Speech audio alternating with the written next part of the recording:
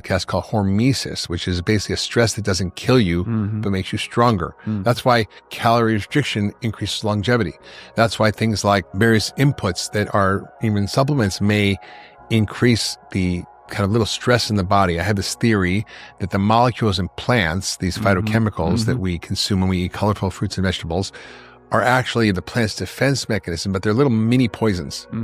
And then our bodies use them to say, oh, let me build a more resilient system. And so ultimately what you're saying is that, the energy resistance, when it gets high, can actually induce longevity pathway. It's a danger. If energy resistance creeps up in your body, it's dangerous. So then if it stays elevated forever, right? Right. So then in response to that, the body will mount responses we call stress responses. Like when you adapt after exercise, you make more mitochondria.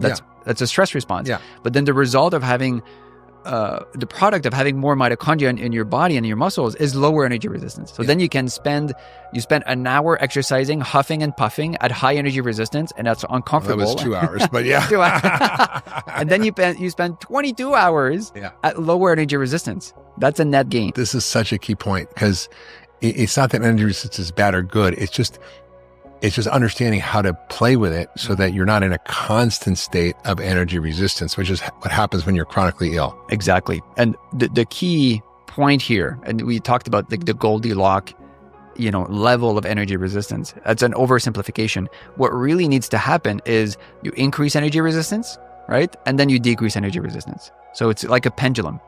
Or maybe it's more like in 3D, it's more like an infinity sign. But you go to high energy resistance, you exercise, but then you spend some time in low energy resistance. But you need that in order to actually create resilience and health. Exactly.